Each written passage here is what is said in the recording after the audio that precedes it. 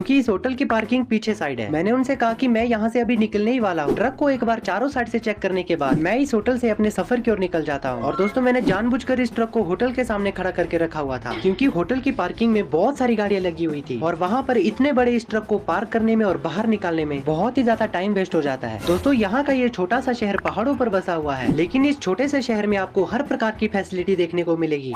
A few moments later. दोस्तों traffic signal को green होते होते तो बहुत टाइम लगा। इतनी देर तक पता नहीं क्यों रोक के रखा हुआ था, जबकि यहाँ तो उतना ट्रैफिक भी नहीं है। और हाँ दोस्तों, आज मेरे साथ मेरे मामा का लड़का भी नेपाल चलने वाला है। मैंने उसे बस स्टैंड को आने के लिए कहा था और मैंने उसे कहा था कि तू अपने साथ 2 कंबल और 2 रजाई लेकर आना, क्योंकि दोस्तों जब मैं रात को ट्रक में सोने जा रहा था तब मुझे याद आया कि मैं तो अपना बिस्तर लाना ही भूल गया। इसलिए मुझे रात को होटल में सोना पड़ा, क्योंकि दोस्तों सर्दियों में ट्रक में बिना कंबल रजाई के रात काटनी बहुत मुश्किल होती है। और दोस्तों मेरी इस भूलने की बीमारी के कारण मुझे फालतू में 1500 का नुकसान हो गया।